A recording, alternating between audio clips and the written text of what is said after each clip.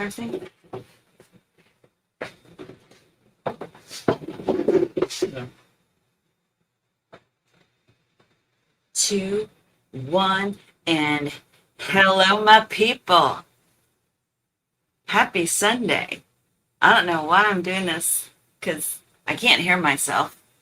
I was just telling Doug that Barron, when he was talking about doing Julian's show and how he's in control of nothing, including the fact they don't use headphones, which could be unnerving if you're used to hearing yourself. But I can't hear myself right now. I've done other podcasts where I wear these and I can hear myself, which I love because I can control how loud I'm being and if I want to whisper and have a dramatic moment. But we haven't quite figured that out yet.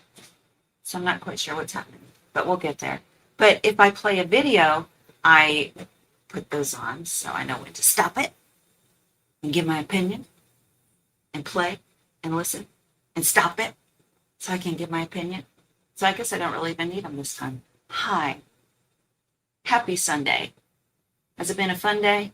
What's wrong? Why are you looking at me? Does it not work? The mic is working, but it doesn't sound great. So What's it doing? What's it doing? I will keep talking and then you can tell me what it's doing. it doesn't Is sound it echoing? it doesn't sound rich like it does normally. It doesn't sound like it normally does. So should I use your mic then? Try that, yes. Okay, you guys, I'm so trying not to cry right now. We are having the most ridiculous technical things that are so basic. It is so frustrating. Somebody said it sounds tiny. Somebody said, I hear you fine. I can hear you. You're okay. The quality is less than usual. That's what I I was. think we need to get rid of that mic.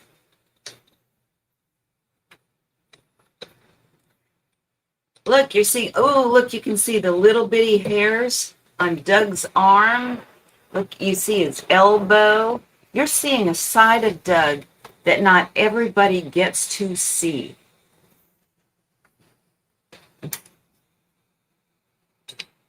Could talk this.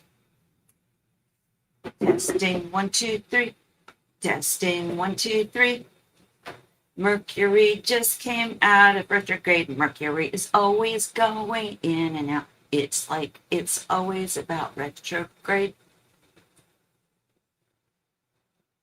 It's always about retrograde. What, is it not working? It doesn't sound any better.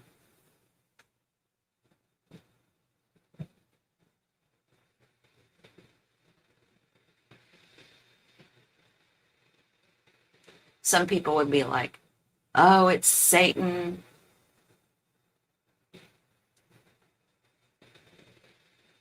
We haven't had this issue. It's better though. It's better. We can hear you. Sounds the same. It's fine though. Oh my God.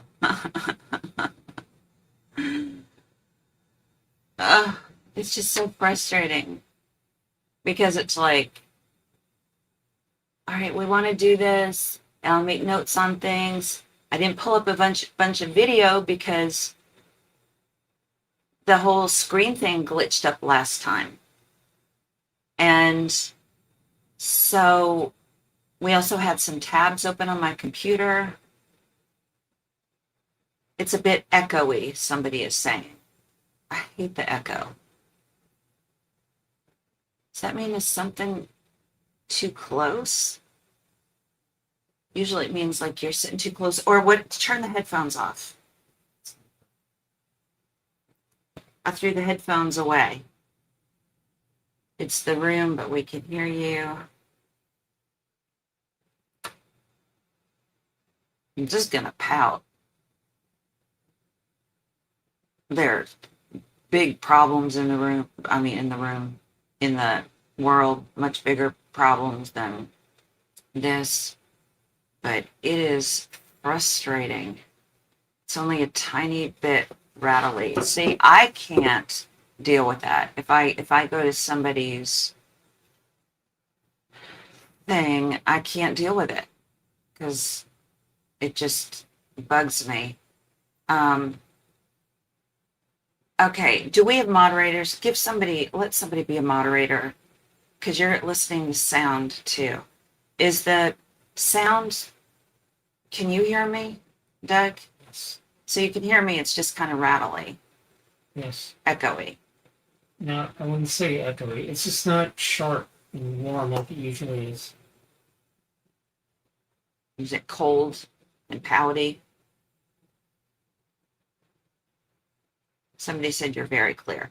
Am I did somebody just say think happy thoughts? Well, first of all, it's think happy stuff. Love being here. Think happy stuff. I want to smack you, Kim. One time I was checking into a show, like a trade show or a market where we were selling think happy stuff back in Franklin, Tennessee, back in the day. And there was an issue with check-in. And I was just getting like, just this internal struggle over that probably translated a little bit to my face. And then they were like, what's the name of your company? Think happy stuff. Damn it. I think it should be think happy stuff. Damn it. We might have to have a think happy stuff. Damn it. All right. We're just going to roll. We are just going to roll. It is a small but mighty but committed crowd. Some people may be still, is Baron still answering questions? Is he still interacting? Because we didn't want to like go late. And so I saw he was going on. So we bumped it a little bit. I'm like, okay. But he'll answer questions for a couple hours or longer sometimes. So, all right. I'd buy that mug. Oh, think happy stuff, damn it. I know. Right now, this is what we have. What we've had for a while. Back in 2006, Franklin, Tennessee, we did bring in our unisex shirts that say the change your thinking, change your world, think happy stuff. Baron is still on. You're listening to both. That's so funny. Because our core group, I know has a lot of Baron people in it. So, I thought about that. But a lot of people most of the people end up watching it recorded. So if you are doing that and you're still with us, thank you for being here. I appreciate that you are here. Think happy stuff now. Damn it. He's answering. I love this color too. Is this the navy or the gray? Or the black? It's the black. It's the black. So funny. We got navy and black, but they are so similar. What does it say? Change your thinking, change your world, which is the tagline to think happy stuff instead of damn it. It's change your thinking, change your world, think happy stuff. I believe it's how the mic is picking your voice, creating static noise when you talk. Right, but it sounds the same as the other mic. And it's the same as the other one.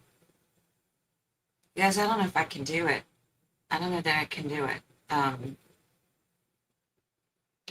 Is it a log off, log back on situation?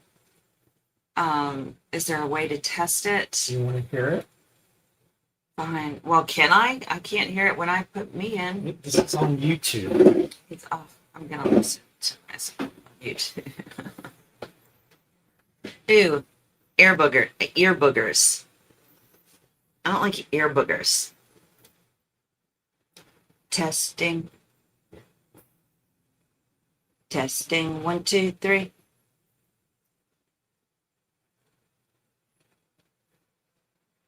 There's a huge delay.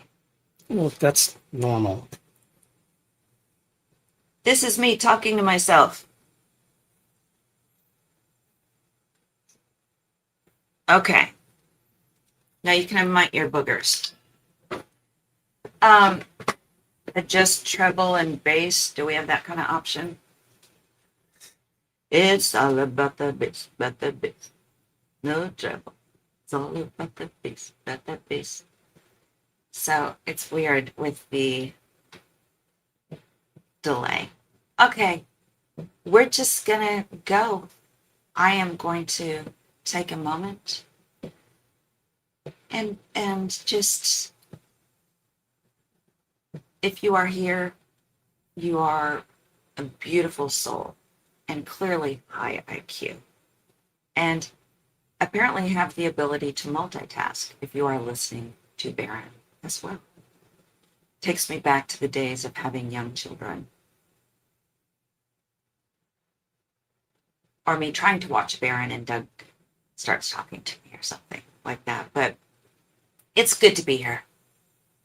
Technical issues aside, I'm just exasperated because we are having them every single time. But it's a different issue. Maybe we'll just do a practice session one time. It'll just be called practice. And if you feel like showing up and helping work, that's essentially what we're doing now. And we can't do anything. So, okay. I watched Baron earlier, and he sparked a couple thoughts.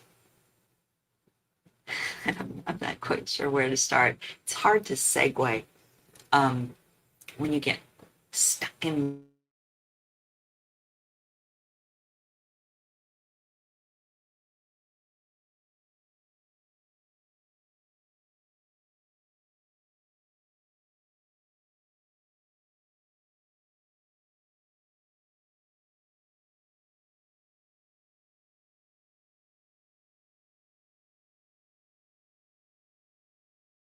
About not cussing. We have a son, Doug, another son who lives and works in Nashville. Wait, no, nothing's happening. There it is. Nothing's happening. What do you mean nothing is happening? The sound went out altogether?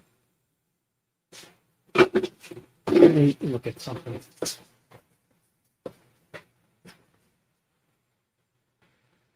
You see Doug's face. You see Doug's face. You can see Doug's face. So if you're here, it's worth it. Except he's scowling because he knows you're seeing his face because he's trying to act cool. I was just seeing if it switched to the camera mic like it did the one. So are we still? Just roll with it, baby. Why? I start rolling and then you're like, no, no, we don't have a son in Nashville. Well, maybe if you talk to him more, you'd remember. And then mom gets blamed for everything when mom is the one making the effort. Now somebody said it's perfect. You're just sweet talking me, aren't you? Okay, roll with it, baby. She must be a middle child trying to compensate. Oh my gosh. Okay, my friend who said roll with it, are you the middle child? That's like, what's the meme from New Girl where a couple of the roommates are fighting and one of them starts doing the happy dance to try to distract them, like everything is fine. Anyway, it's so funny. But our son was working in Nashville and somebody walked in wearing a Think Happy Stuff shirt. If the odds, the greatest possibility of that happening would be in Nashville, since it was, birthed in 2006 in Franklin, Tennessee. And our business plan was just to saturate Franklin because there were so many like big players in the music industry that traveled all over the world. And God, it was so much fun just getting it out there. And yeah, I started doing the trade shows where, like a buyer's market where people who own stores would come, and it wasn't like always big branch stores. It was like the mom and pop shops, which they loved because they couldn't buy Life is Good because the minimum quantities were so huge. So they wanted something positive like that. And so they went with Think Happy stuff because it was positive. And we didn't have like large minimum quantities. And then was it 2008 that hit that was really hard? And like that's where a lot of people lost their houses and the banks because we bailed out the banks. And our, um, that really hit us hard in a lot of moms and pops. What? Now you're a hairdresser too? Is this bugging you, Doug? Yes. Is this bugging you? How about this? How about when I do this? How's this working for you? Roll with it.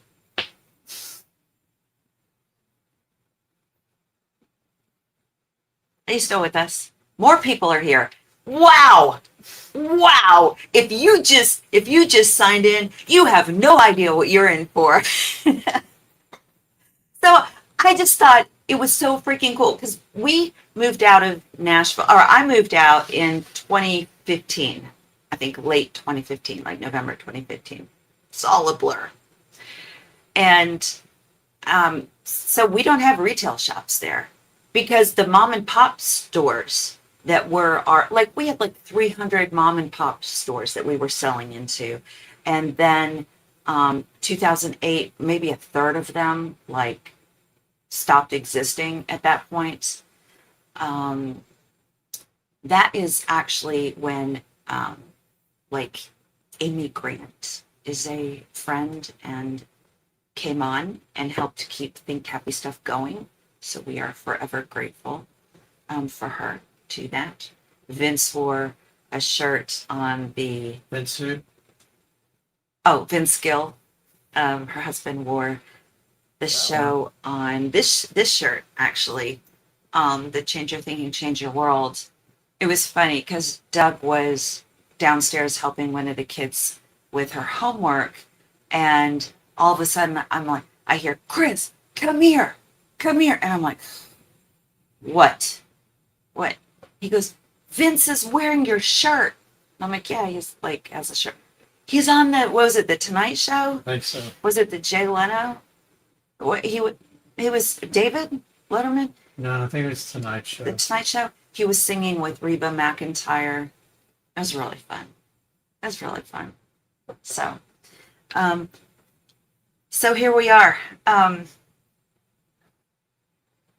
So I don't know. So my son is working, and somebody walked in with a Think Happy Stuff shirt. He said, "Hey, that's my mom's business." I'm like, "Did you get a picture? Please tell me you got a picture." And you can tell by my reaction, he did not. But that's pretty wild. That's really cool. I'm not going to blame my mic acting up on Satan, but I will give God credit for somebody wearing a Think Happy Stuff shirt walking into where my son was working. Somebody commented, a woman commented on Barron's. There's something called a bull butter cap. Is that his merch? Something called a bull butter? Or I don't know what she was talking about. But you can, okay, I'm going to share what she wrote in and then take a beat. And I want you to imagine what my internal response was. She said, bugging my husband to buy a bull butter cap. And then he showed me a screenshot that one is on the way. Take a minute. What is Chris thinking in this moment?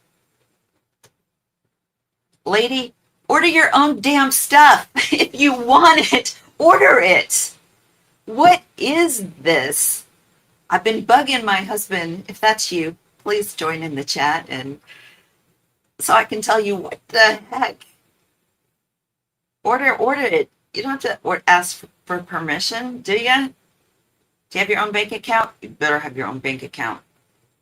I mean, your own like debit card. I don't mean like, you have to have separate funds, but come on, ladies. Ladies. That's not feminine. I mean, technically it's feminism, but I mean, come on. Come on. Bugging my husband to, that means asking more than once what kind of control issues going on there.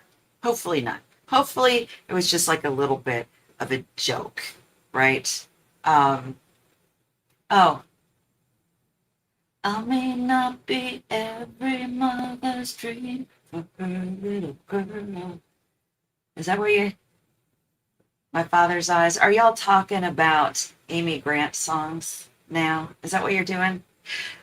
Doug forever told me his favorite concert was. Are you going to engage now? Oh, you can't because you're farther away. I've never said it was my favorite. I said it Not was the favorite. first. First. Did I say favorite? Yeah. I accidentally. That was a mouth typo. For up until a couple weeks ago, Doug told me his first concert ever was. Amy Grant. And what was the song with the Straight ahead. straight ahead, I can see the light. I know I'm going to hear that later, and so I'm not even going to listen. Baby, baby. Anyway, was his first concert. And then I found out it was what? Then later you came out and said you went to another concert just a couple weeks ago. John Denver. John Denver. But that wasn't like How by do you forget choice. that? Did you choose to go to Amy Grant? Yeah. Wow. It is all coming out now. How long have we known each other? You said your mom made you go to make Amy Grant. You were like, No, she didn't make me go. I mean, I was like in the 4th grade or something. yeah. You were so cute in the 4th grade. What was your first concert? My first concert My first was. real concert was Van Halen. I was talking to our friends. Sorry. Mine was Joan Jett and Loverboy. Joan Jett and Loverboy. Maybe Huey Lewis. You said Huey Lewis before. Really? Okay. Maybe it was Huey Lewis. Maybe. What about you guys? Mouth typo. 4th grade. We didn't know each other in 4th grade. You muted the mic when you touched it. When? How long have I been muted? You weren't muted. I don't know what's going on. Why did you say I muted the mic when I touched it? Because when you grabbed it, But then you said I'm not muted. I don't know.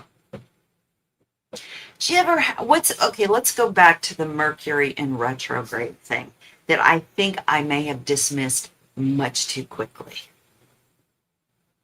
Maybe, or the same thing. Could it be Satan? Satan? Are you old enough to know my church lady reference? Ooh, with the gray hair and everything, I kind of got that going on. Do the lips. What'd she do? Satan? Satan? Oh, and the sound goes bizarre. So in that sense, the mic situation might be working for me. We aren't talked about raising the bar when it came to conflict. It was a side note. It wasn't a point. I made it a point. I put it in my notes to talk about this because I think it's important. Because I think we need reminders that when we engage with people on posts that we don't agree with, and we just need to let the world know, what the truth is, and we get them paid. We get them paid. I'm going to bring this up now and then. You get them paid. And also, there are a couple people with minimal following. Who, one of them is the most aggressive troll I have ever seen. And so much so that people in her own group who are an organized effort, which is a surprise to nobody, but somebody in the group invited me to listen in after it was recorded their chat thing, spaces on X. I didn't listen to the whole thing, but it, she's like this grade school child, like not believing somebody that was on her team who was saying, I didn't do that. And then, well, I have, well, so and so said, so and so said, so and so said. Okay. And this woman posted a response. I don't want to say this person's name. You, if you've been around the block, you probably know who this person is. Just a troll that just goes after people. A little gap in the teeth. If you know, you know. I'm like Barron at the beginning of his podcast, who, like, he wanted so bad to say who was on Julian's podcast with him, but he wasn't. And then he put up the picture, and I don't know who that is. So I'm going to have to look into who he was talking about. Because he said that the guy would have does have like a contrary take on stuff, and he wasn't sure if he would want to go on with this guy at first until they talked for about an hour. So I don't know who that guy is. So Julian's pretty great, though. I think, was it our son who turned us on to that? So this one person I follow on X, we actually got connected with each other because we kind of went after each other a little bit. But she called this other person out, and she shared a screenshot of this person saying, let me know if Candace mentions me. I can't watch Candace. Let me know if she mentions me. Like, all she wanted in life was for Candace to mention her. And then a few days ago, Candace referred to one of her messages. And as I walked by in the living room area, family room area, I went, no, no, no. When I heard Barron mention her weeks ago, I went, no, no. It's like a mosquito. Oh, it's not like a criticism so much as like, just no, because it's what she wants. It's all she wants. And it's not worth it. It's not worth it. It elevates. Like if I go after somebody on this platform, it's like I'm considering them a counterpart. Really. That it's like worthy of my whatever. Maybe sometimes it could be an example, or they make a point that I want to address, but it elevates status. And so I was like, no. And Deb was like, what? And I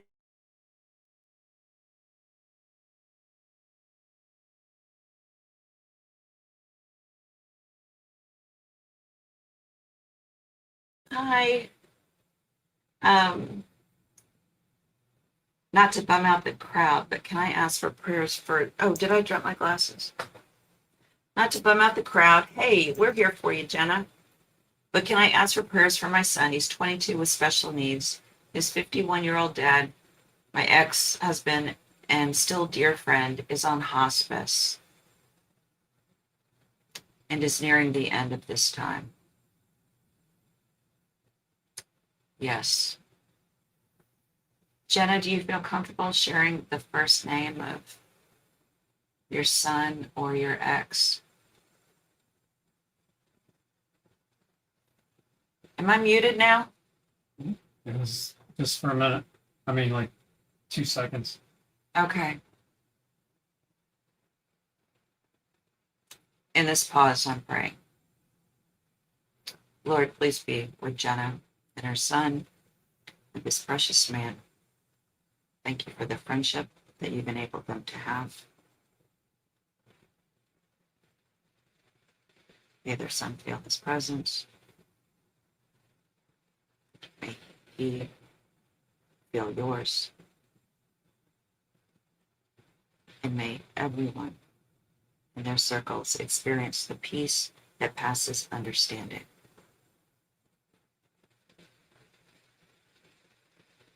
Thank you for sharing. Thank you for sharing and letting us walk with you in that time. All I see it going across the bottom now. Sorry for audio issues. Sorry for audio issues. Sorry for audio issues. Because I don't want people to keep saying, "Oh, do this, do that." Okay. Okay. All right. So can we stop doing that though? That's kind of like annoying. I'll address it now and then. I can do that. You can do that? Okay. So when you engage with trolls, or when you mention their names, when you get combative with them, you not only get them paid, you elevate their status. Also, there's only so much energy to give. We like, even though God and gifts are infinite, we are finite beings. So just being trapped in these bodies of ours, like we have limitations, and we don't want to give our best away, you know, because we don't know what we're going to be hit with, like a real battle, or somebody who really needs us. And if we're crashed out, or the energy's depleted, or we transfer that energy, because boy, you get sucked into that. You know, we get sucked in, I get sucked in, and I'm going with somebody. Doug comes in and asks a question, and I'm like, ugh, ugh. I don't want to have him to experience the frustration by proxy. I really enjoyed, I just took note when Barron talked about doing somebody else's podcast and how it's an exercise in giving up control, because you don't know where the cameras are. You don't know what kind of filter they use or not. I appreciated seeing a man express a little bit of insecurity about how close the camera was or not. That's just, it's not just us. I remember coming across a Graham Allen short. He was in the car and he had a filter on, like a heavy filter. Maybe it was an accident, but I was like, guys don't, really? Men don't need to use filters. We're watching, what is it? It's not Yellowstone anymore. What's the new series called? Dutton Ranch. Dutton Ranch. And who's the lead guy? The character? Yeah, the character or the actor. Cole Hauser's the actor. Cole Hauser. Okay. So big country guy, right? Like, and he's a rancher guy. But Cole, I think you're getting some Botox or fillers or something. Please stop. We want to see a cowboy. You know? Just food for thought. That did jump out at me though. Ranch, somebody who's worked on a ranch their entire life, the entire storyline. Born and raised ranch cowboy. We need a little more weathered look there. I'd encourage you to go method. Go method on that one. Except for, living on the ranch. So, somebody said you got to use your Think Happy Stuff hat at a Miles Smith concert on Friday. Helps refocus a negative situation. Great. Awesome. You know what's fascinating is when you wear a Think Happy Stuff hat or shirt and you go out in public, you're going to get smiles. People interact. They'll go, love your hat. They smile. It helps get you out of yourself. It's really pretty cool how that happens. Because it's the energy that attracts each other. What? Well, you highlight that the chain shirts are unisex, so men can wear them. Yeah, the Change Your Thinking, Change Your World shirts. Like, this is a unisex cut shirt. So, and the t-shirts for the women are not like skinny lady. I mean, it's not that style of, skinny, really fitted shirts. They're comfy, like just women's shirts. So, but when you wear something like that out, it really, this isn't a pitch. It's just cool how that happens. And I always like to think that maybe somebody needs to say that too. Like there were sweatshirts that were being pimped on Instagram that on the back of the sweatshirt it says "You are loved and the world needs you" or something like that. I thought that is really cool. That's really cool. Everything we wear, it makes, makes a difference. If it's seen, our brain is taking it in. Sometimes things are seen and they don't, it makes a note and the brain pulls that up later. So it's cool how that works. Okay. We're gonna get on to some meat here. Oh, the link for the merch is going across the bottom. Oh, I like that you changed the font. Or it was originally in our Think Happy Stuff font, which is my handwriting, and it was a bit hard to read. So it's just thinkhappystuff.com. Thank you for asking. Thinkhappystuff.com. Leave California. No, if y'all don't burn. Lots of places are burning right now. Fall into the ocean. We're far enough back. You're going to have no fresh water. No one's going to have fresh water. Water, that's kind of scary how that resource is getting brought up. So, okay, I'm gonna step away from comments for a moment. Doug will flag me if he's like, you got to address this right now. One of the things that Barron did on his podcast, and you may have seen it, knowing you guys, there's a good possibility that a lot of you did. He spent a lot of time focusing on the video that was shared that somebody had the sense to take, so smart, of the scene around the tent after Charlie was shot and then dragged off. Why? I still don't understand that. I've never heard in any situation, like, I don't know what the protocol is for presidents, but where you just grab them and go.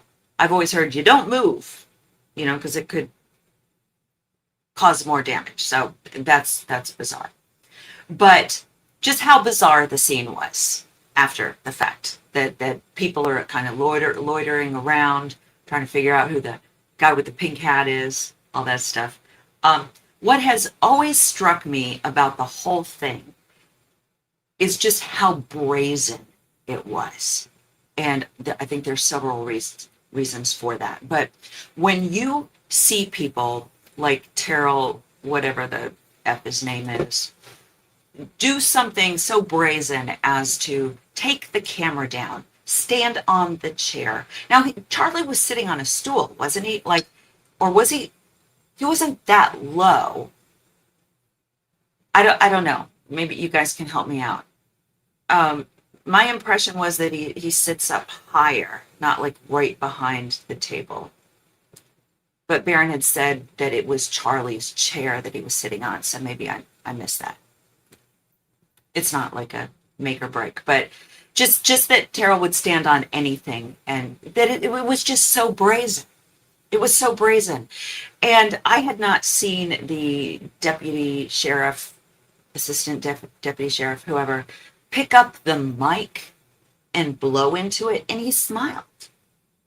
He smiled. The only person that had any air of, okay, I need to be doing something, or what the hell just happened, was the officer who I believe ended up quitting. I don't think he was fired. He quit, and he's not there anymore. Now, granted, allegedly, some of the answers, allegedly, that he gave from the stand, like his camera going off after so many minutes, and I love how people spoke up and said, we use the same thing, and that doesn't happen. Doesn't happen. He's the only one that kind of came off like, what's going on? And it's fascinating that he's the one that's no longer there. Getting people to lie on stand or not show up to court. It's a thing. You know, um, Michael Cohen, was a fixer for Trump. He was a lawyer, but also his fixer. And, he talks about showing people pictures and, why they should play the game and not cause trouble. So when people say, this young girl made accusations against him but didn't show up for court, wonder why. Why? Instead of immediately going to, so it's not real. There's no there.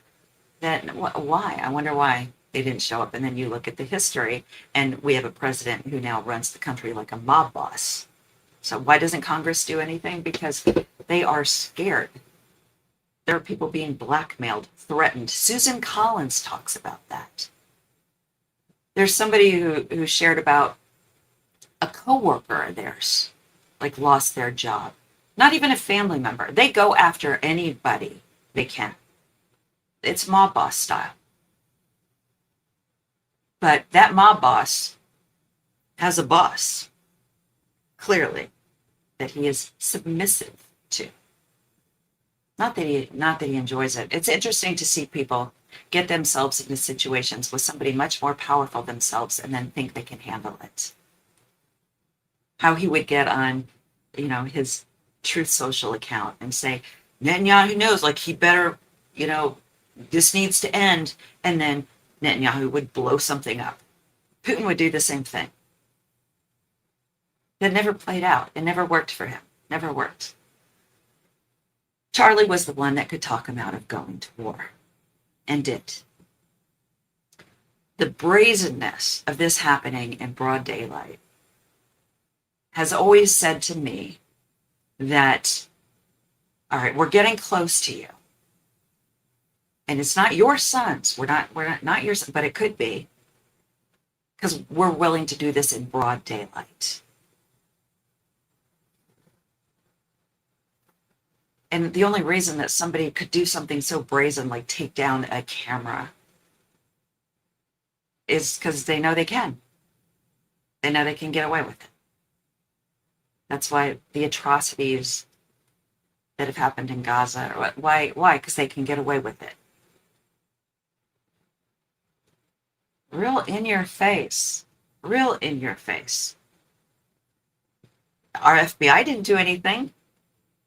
Nothing. The contradictions. Barron raised the question about the FBI getting there. I looked up the state bureau, how long it would take for them to get there.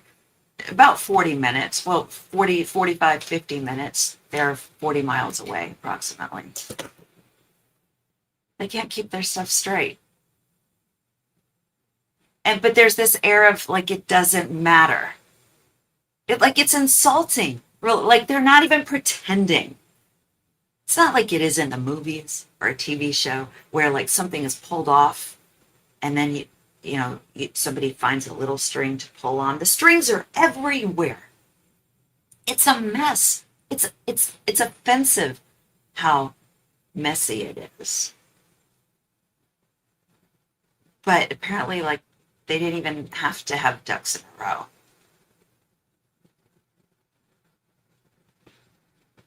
It's just bizarre. It's just bizarre. And I mentioned this last time that there are moments at the memorial, the one in particular, where I'm thinking, who's in charge here? Who's the daddy? Like, is Trump really in charge? Is he the power play on that stage, or is if Erika is so tightly in the fold, she would be pulling the strings. I mean, in the power, like, she would have the power, even if she didn't orchestrate anything, but if she were that direct tie, and if her relationship with Bibi's son is more than just the one picture you can find on the internet, then there's something there. There's something about the way she grabs Trump's hand, will not let go, and pulls him. It's It's not like a big drag, but it's a, we're going this way and you're staying close to me kind of thing. Like a mom, you know, dictating to her child that you are going to, like, you are going to stand next to me in church and you are going to be quiet and you're going to like it. Like, there's that air. And that's the first time I went, who's in charge here? But how brazen it is makes you go, why? Why do they have that confidence? Why? If somebody gets a job they don't deserve, it's like, who are you related to? If an actor lands a role, who do you know in the business? Or who are you willing to hook up with in the business to get this? Like, it doesn't make sense. So what's the external factor? Who has the power here to be that lazy? You've seen that in movies or whatever. Somebody gets a job and they don't care. They're just lax about it. But their boss can't do anything because their daddy owns the company. So we are seeing these turning point people and others. The governor of Utah, Patel, just lazy messes, embarrassing themselves. But whatever. The powers that be don't care. Don't care if they get embarrassed. The people, Dan Bongino and Patel even, they act embarrassed to me. They act embarrassed. They, you know, the cocky, arrogant podcasters who were given these positions thinking they could make an impact on things. I don't know. Because you see them beforehand, you know, taking those roles, right? And how the FBI director, Patel said, has all, they could reveal that in a second. And then they're in there and they just are, it's like they've been castrated.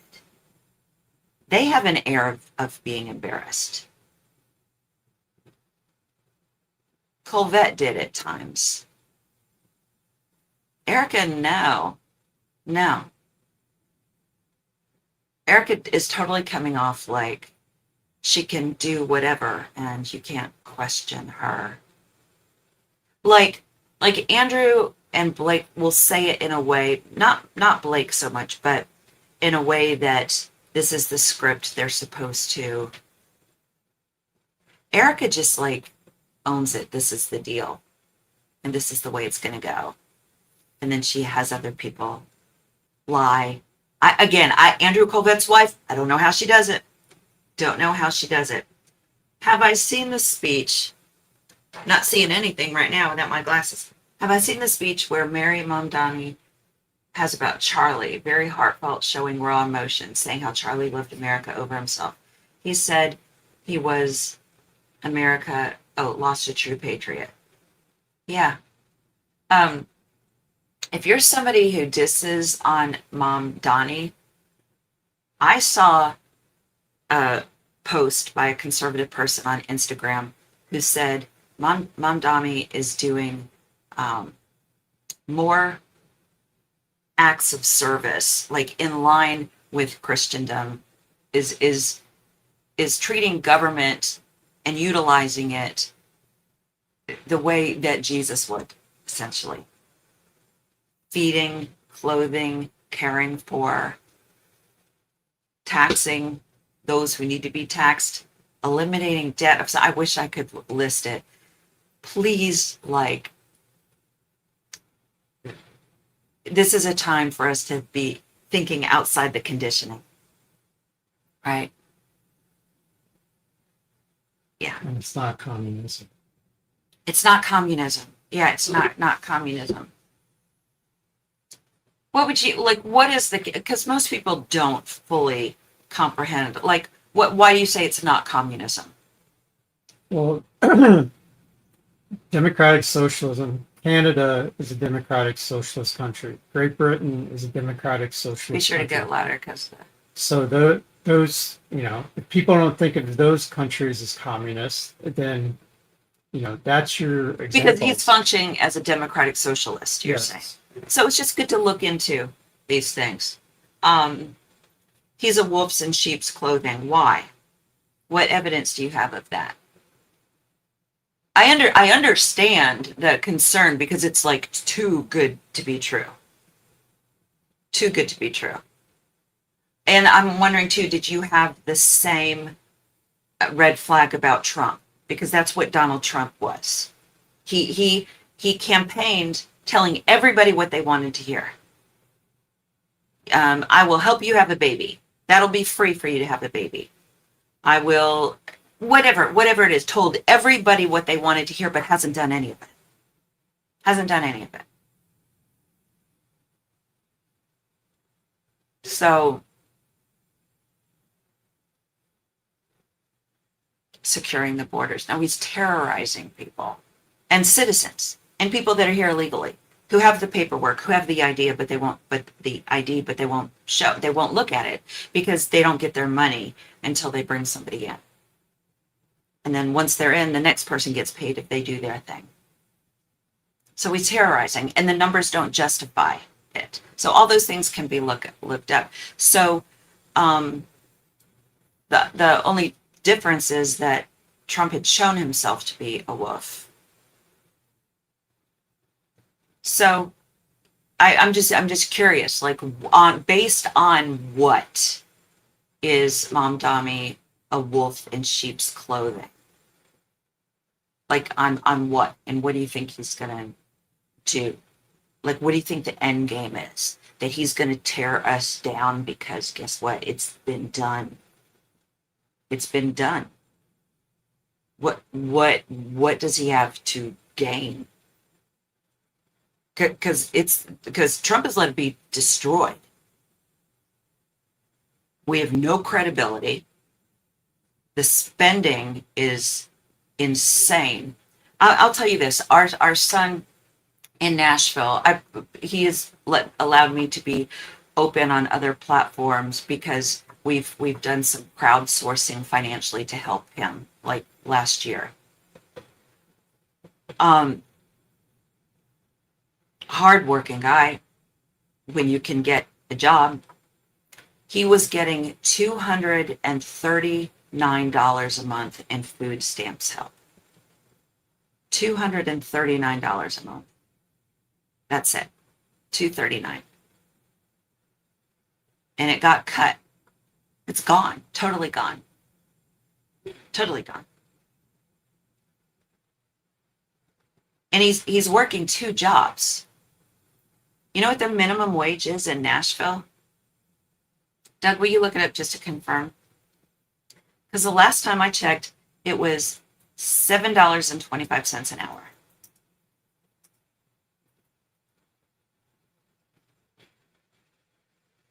What is it now?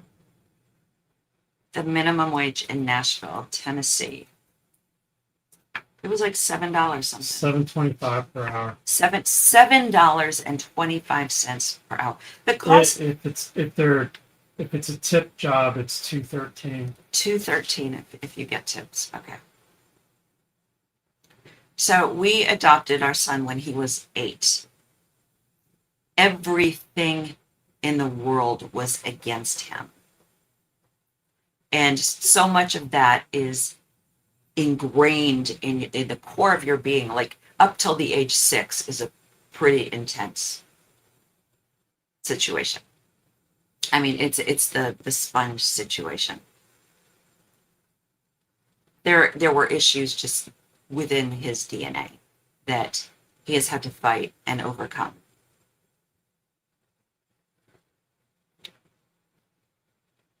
$7.25.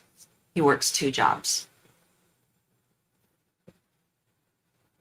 That $239 in food help, that was really helpful, but that's gone.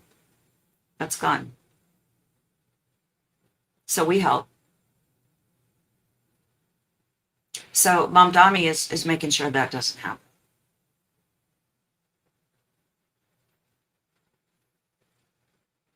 Healthcare stuff being affected. Not for the rich. Not for the rich.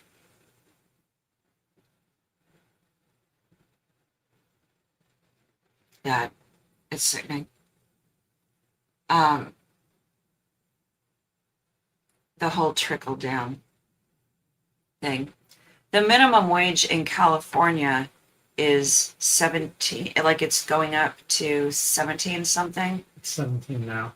If you work in the fast food, if in the food industry, it's 23, 21.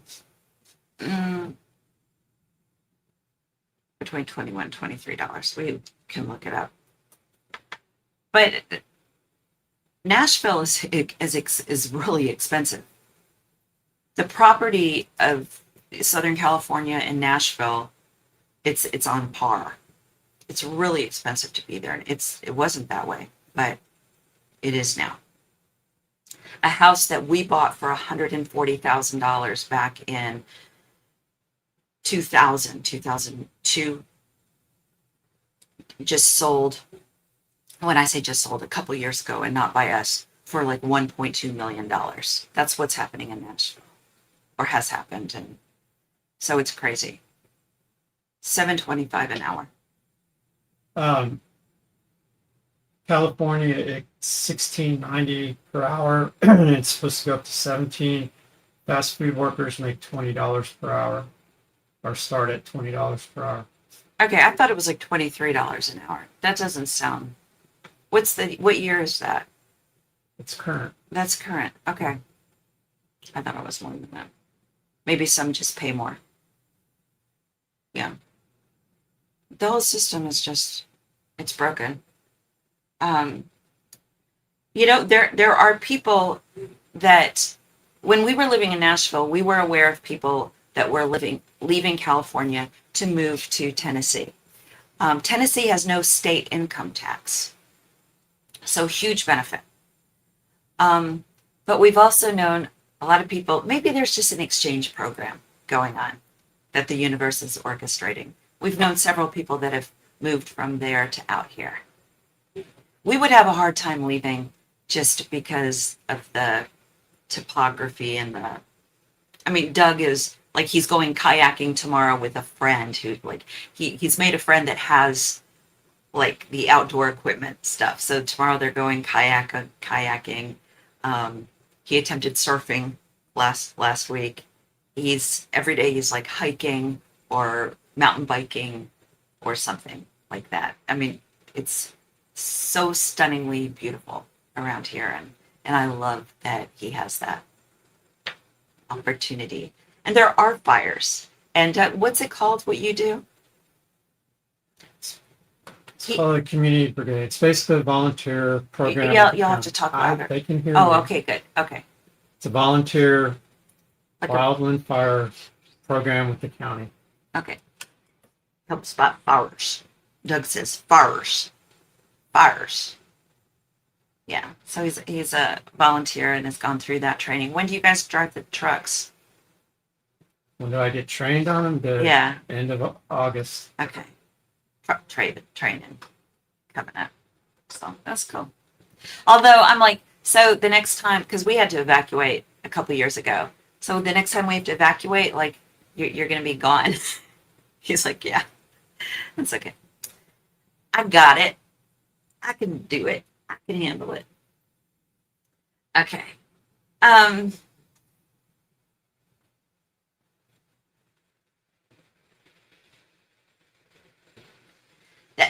We've talked about this. This isn't anything we haven't talked about today. It just hit me with Baron just pulling up the video of the inaction and the que sera attitude.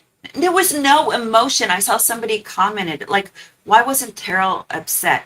His whole getting on there and being like, they shot Charlie. That was embarrassing. They don't know.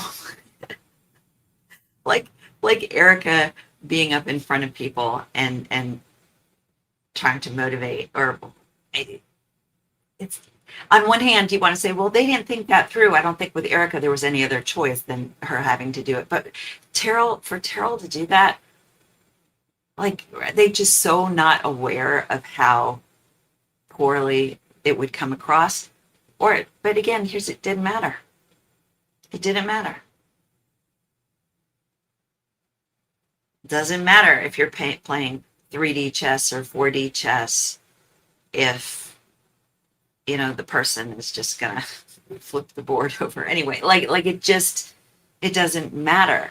The illusion is like when we get caught up in the chaos, because we ask direct questions, they cause chaos, and then we get involved in the chaos. What are you shaking your head about? When you do that, honey, that's all I see. It's right in front of me. Now there's a movement for a Doug firefighter calendar in your chat. Thanks for that. I am trying to talk serious stuff, and y'all want a Doug beefcake fireman calendar. Fireman calendar. I don't even know what to do with that. Just know I get that calendar every day. I like it. I don't know if you've watched Dutton Ranch or Yellowstone, but what's the woman's name? I mean, the characters. Beth. She's all fiery, like they're telling stories like he is with some old friends, and he brings up an old girlfriend, and she's like, "Who is that whore?" She's just like, it's just funny. So I was getting a little Beth on right there. So I don't even know what I was saying. Oh, but the chaos that's connected. This is what drives me nuts about White House press briefings. Do you guys feel this way? They're like some major thing has just hit, that Trump has just done this, like whatever, pick a thing. And so you're waiting for them to ask. And finally somebody asks. And he blows it off or shoots it down, and then causes chaos with some of their question. And everybody just moves on and goes after that next thing. That drives me nuts. Instead of just going after, people will talk about Caitlin Collins being such a champion because she'll hold her own, but she ain't asking any strong follow-up questions. Like, why are you doing this? Why are you doing this? Why are you whatever? Anything so you can take a punch. Great. How about throwing some out there? The whole complacency with the media. What are you afraid about? That he's going to kick you out of there? So what? Shut it down. He needs you more than y'all need him. Everybody's fear-driven.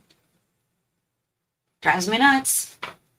Those press conferences, yes, Jenna, are absolutely pointless. Absolutely pointless. They're little propaganda stints for him. Lindsey Graham died. How weird is that? That still is not real to me. Like no notice of him getting sick, no build-up, nothing. He's just gone.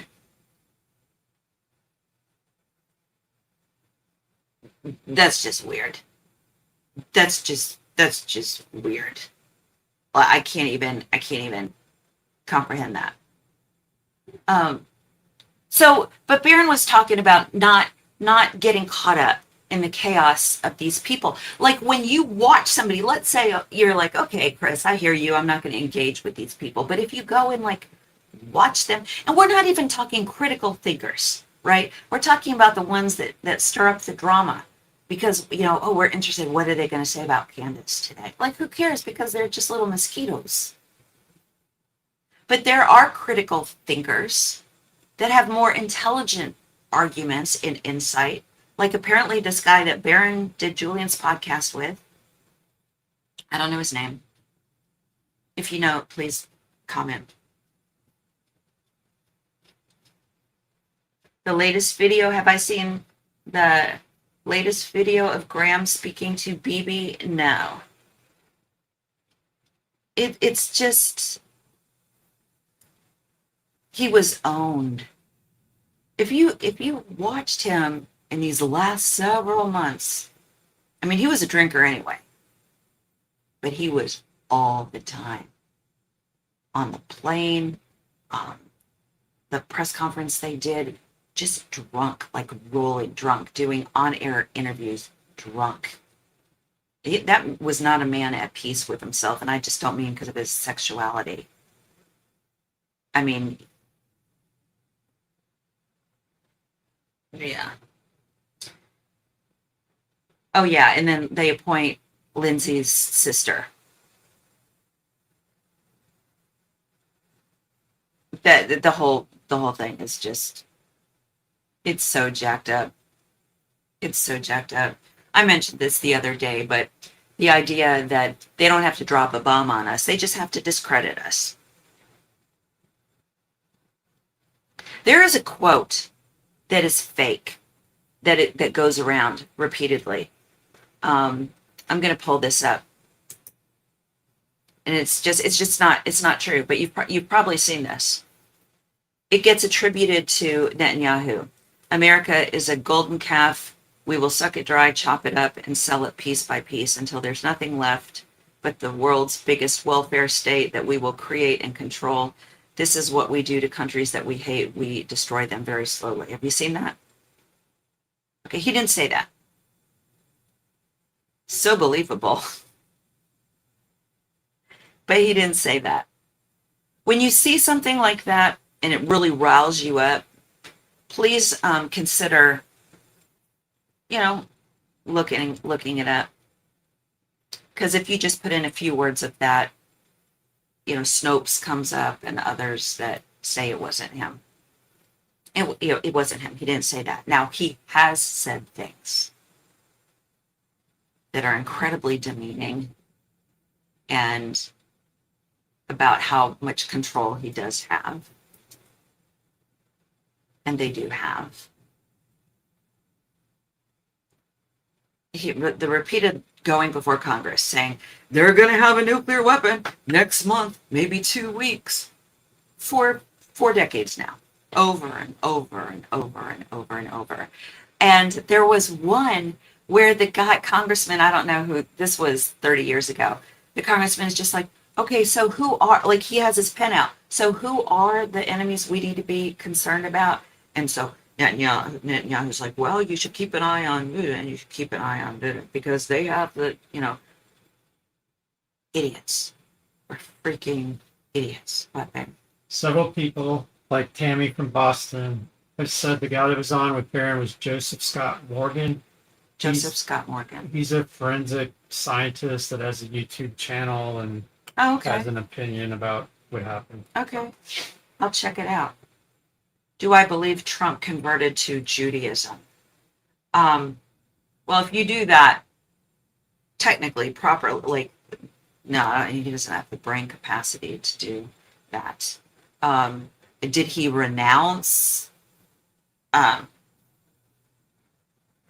faith in it? He's not a man of faith. I mean, the clip of him being asked, have you ever asked God for forgiveness? And he says, well, he's kind of like, for what?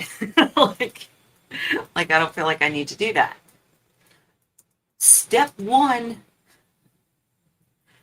admit you're a sinner. Romans 3:23, for all have sinned and fall short, right? He can't do that. He won't do that. It's not part of his philosophy. I mean, it is part of his doctrine that you do not ever admit that you're wrong. That's a fact. I'm not making that up. I'm not just being critical. That is a fact. That was instilled in him. You never admit that you're wrong. So his core spiritual advisor group is evangelical Christians. There's no rabbis or... Oh, there aren't any. No. Yeah. And it's pandering. You would think that people that profess to know God and to know the only way to God, and everyone else is going to hell if they don't do it their way, would want to be a little sharper, a little smarter, a little more than just preaching the fire, the fire insurance clause.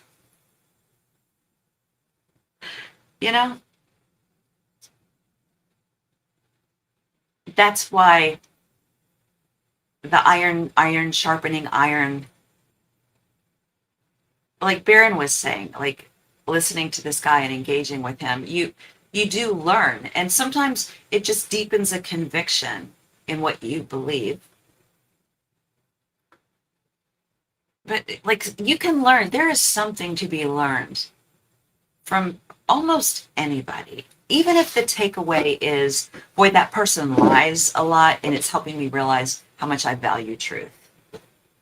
And boy, that person really manipulates words. I don't want to do that. I want my yes to be yes and my no to be no. And that's gross. Or look how Erika Kirk, you know, was, hugging somebody else's husband and putting her hand in her hair. Is there a way that is there a way that I behave that would make another woman feel uncomfortable about me being around their husband? I can't imagine Andrew Colvette's wife is like, yeah, go work some more with Erika. What does she want you to lie about now, honey? You do that. You just go do that. Erika first. Above all else, Erika first. His wedding vows were not to Erika. You wouldn't know that, though, based on the way that she behaves. He behaves. Goosebumps. Thank you for being a new member. Glad you're here. Sometimes the members, if I'm not on for a few days, I'll just drop a note and say, okay, this is what's going on and why I'm not on, and a little more insight into what's happening behind the scenes. I have not heard that or read that Andrew is in the midst of a divorce. Apparently, he's been married before, because I think Doug looked up something and was excited, like, to find this thing about Andrew Colvette's divorce. And then he goes, oh, wait, that's his first wife. So did he see that correctly? We didn't do a deep dive because we were in the midst of something else. So was he married before? That is correct. He was married you're for sure it is that Andrew Colvette. Like, we know for a fact it's that guy. It was 2 weeks ago when it came up. Because it says it's like LA County Divorce Court. Like, what? All right, he's going to double check.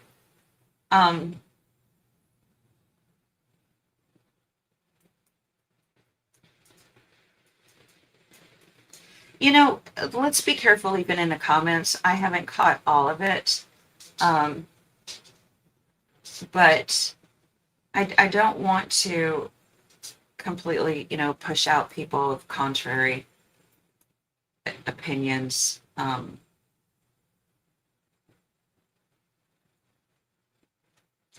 And I know that, and I've seen several people like use the bot thing. I just want to be careful that we don't fall into that. Like I used to say something contrary, and the initial response was just TDS. And finally I was like, I gotta help you guys come up with something better. Because that has been played out. Like, what else and I couldn't come up with it, and then I just kind of gave up. I was like, TDS is so 2016 or 2018. Maybe I'll give you up to 2018. It's been so played out. So there's something about just responding with that kind of, because what if, there's somebody that really is trying to figure it out. But a lot of times when people are on the verge of learning something new that they don't like, they're kicking and screaming. So, but if they're kicking you, then that's not the place. This isn't the place for it. That actually goes into something that I will jump to if I can figure out how to get there. You know how sometimes the cursor just disappears and you keep moving it around and oh, Doug was saying I was hitting the wrong part of my thing, but it never did this before. Oh, here it goes. Okay. All right, I'm going to come back to something. Anger. Let's talk about anger, shall we? Anger. Did you hear this? Did you know this? Anger almost all the time is a secondary emotion. Secondary emotion. It's not the first. It feels like the first because boom, something happens. Boom, I'm angry. Or somebody, is all of a sudden really angry and it's like, why are you so angry? Okay.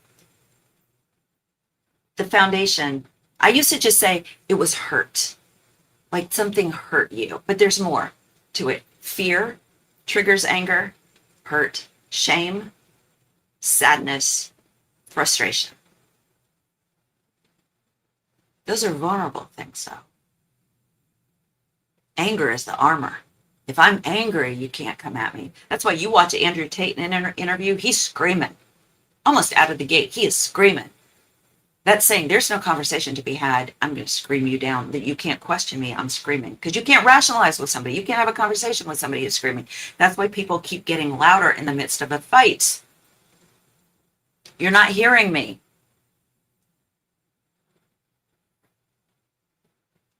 And it's often used as an intimidation tactic. Somebody will disproportionately get louder. I've been in those situations and I'm like, do you want me to yell too? Is this just a screaming match to see who can get the loudest? Or are we going to have a conversation?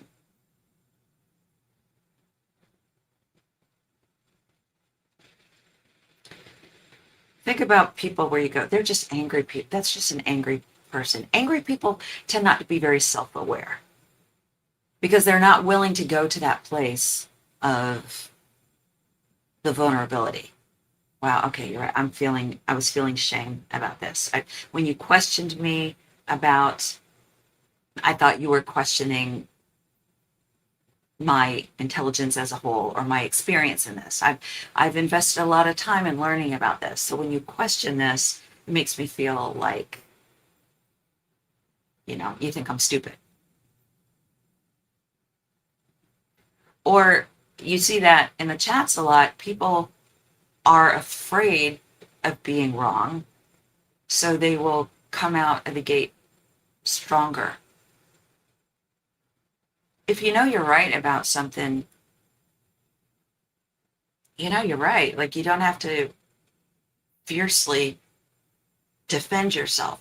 Now, the times that I do make an effort on here to explain myself is not defending myself. It's explaining because if I've hurt you, if I have done something that is interpreted as me speaking down or cruel or dismissive, to clarify, my intent in clarifying is I don't want you to think that I was trying to hurt you. It's not like because I have to defend my honor so I come across as smart and I'm right and they're wrong. I don't have any problem admitting that I'm wrong. Somebody actually reached out to me. I was on a panel and they said that the two people that spoke up when asked a question directly, and if they didn't know, who said we didn't know, it was myself and Stu Peters. We were like, I don't know. But I'll find out, I didn't say I'll find out. But there's nothing wrong with saying you don't know. You don't know about something. But I don't want to hurt anybody. So if I say something in the spirit, like again, there's a lot of room at times for my sense of humor to be misinterpreted. And if I have the opportunity to, then I'll try to clarify that within reason. I can't. Somebody unavoidably will, even with the best intentions and best explanation will be offended. I think that's okay. Um, but yeah, if they're an angry person, they're not very self-aware, defensiveness and attack. And I will tell you this, that there was a point in my being when I was about 48, 50, actually for years, we're trying to figure out what was going on with my chemistry. Because both my parents were alcoholic. Both my parents had depressive issues. And so trying different antidepressants, I could not see like myself clearly. I couldn't.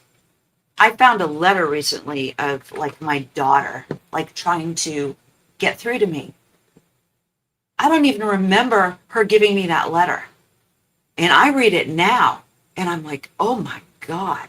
Oh, how can I not hear that? How can I not see that?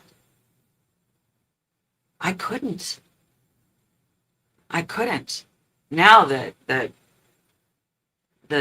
battle, the spiritual battle, not so much, but not against flesh and blood, but it feels that way because it's the dark forces, the self-condemnation and the shame, especially for moms. That's a tough one.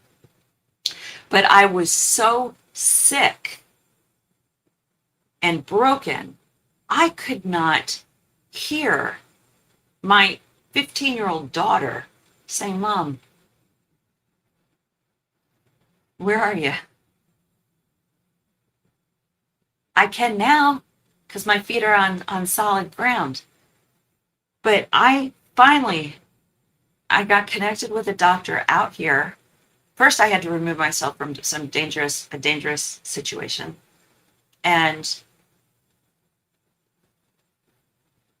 connected with a doctor who was in his mid to later 70s, whose office, it felt like Mr. Rogers' neighborhood. I mean, the everything was like a time capsule from the 60s. And innately, I just went, oh, God. Just the ageism in me. I just went, ugh. He nailed what I had going on probably inside of 3 minutes. New medication. Inside of a week, I was like, whoa. The self-awareness. People like Erika Kirk, she's like, I've been sleeping fine. I'm not taking anything to help me sleep because I want to feel what I need to feel. I know there are exceptions. It has never been my experience that anything that I have been prescribed makes me like not feel. Unless it was like a Xanax and you throw a little vodka in there, and even if you don't feel, I mean, you're just not going to remember it the next day. But as for like antidepressants and the way that those are dismissed, Victor Marx, Erika Kirk falls into that camp. You just deal. So you combine that message with the message of what we broke down last time, her whole thing of, it's not about you, moms. It's not. If you're suffering, get over it. Don't ask for God to lighten the load. You just put your shoulders back, and God will, you'll carry that load. Sometimes God gives you a load to crush you. If you don't stop on your own, He'll let you get crushed. Break every bone to learn some dependence. Forced learning. But it woke me up. It really freaking sucked that I was 50 when it happened. A lot of amends to be made to people that weren't necessarily up for hearing them. And that's okay. That's okay.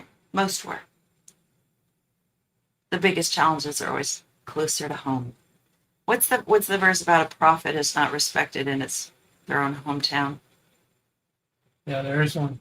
Yeah. Like, I saw you fight with the neighbor. I saw you did that. I'm not gonna. What are you saying about a prophecy that you have to say? What do you know? So the shame. You see a lot of people angry at the church, angry at Christians, angry at the whole structure of things because they've been shamed through those things, through the church. Nothing will turn people off to Christianity than Christians, more than Christians. That's for sure. Anger is not a secondary emotion in instances of like when you see injustice or when a boundary has been crossed or there's immediate threat or physical harm and that's like triggered or instinctive or that's not like as a result of a wound. But when you're hurt, when somebody comes at you, it's tempting to just react. But if a beat could even be taken and go, okay, I would not encourage you to go, what's really going on here? What's this really about? Not the way to go. But to just pause. Because there's something else going on. So the issue that a lot of us have had with Erika Kirk is we haven't seen the sadness, right? We just saw the anger and the frustration. You're questioning the team. You're questioning me. We were just a nuisance for asking the question. How dare we ask the question? And the entitlement. So when you go straight to anger, it's like, okay, something's wrong. Something isn't right. The whole speech she gave at that leaderships conference that we clicked through last time. Just angry.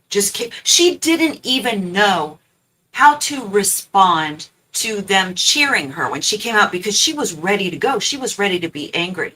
So even her God bless you was like, God bless you. Like it was stoic. Because her armor was up. Because she can't do sadness. She can't do empathy. But anger, she could feign anger. Because anger is a lot easier to tap into than the more vulnerable. The fear, hurt, shame, sadness, frustration. I'm really hurt.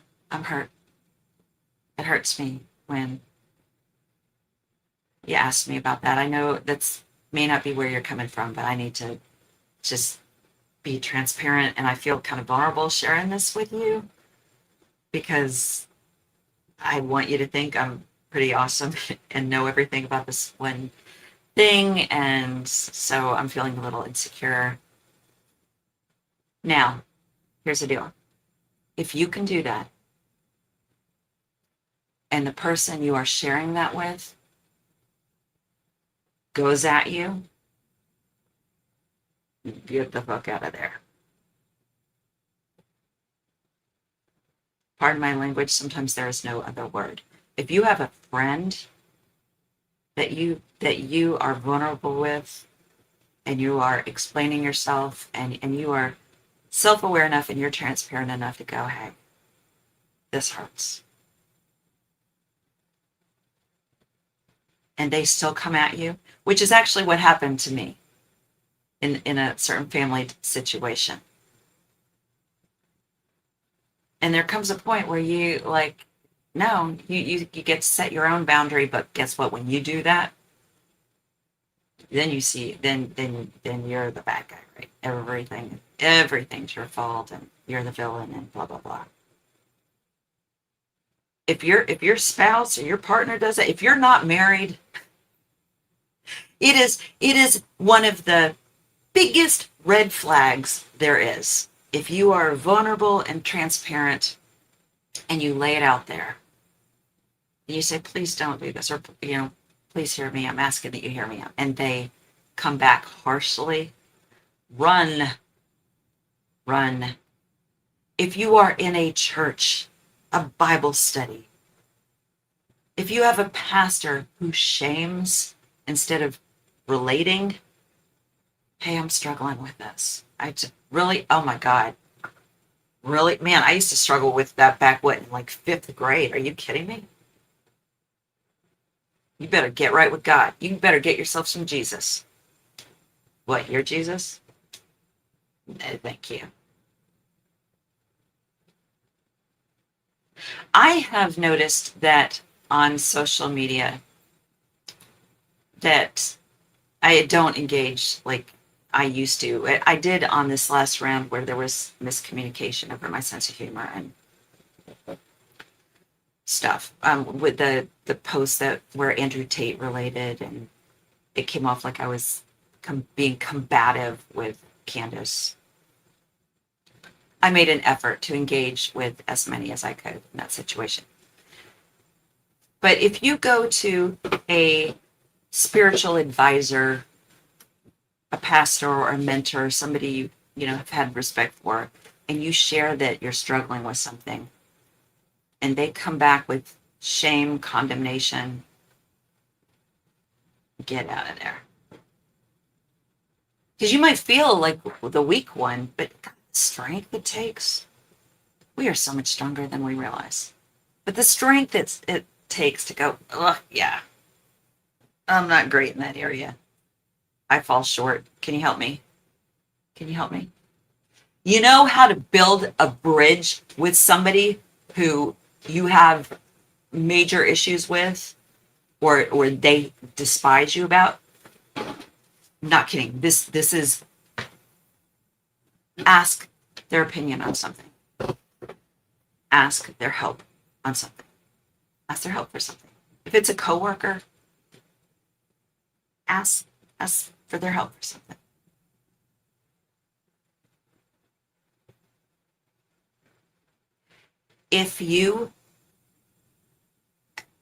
I challenge you, social experiment.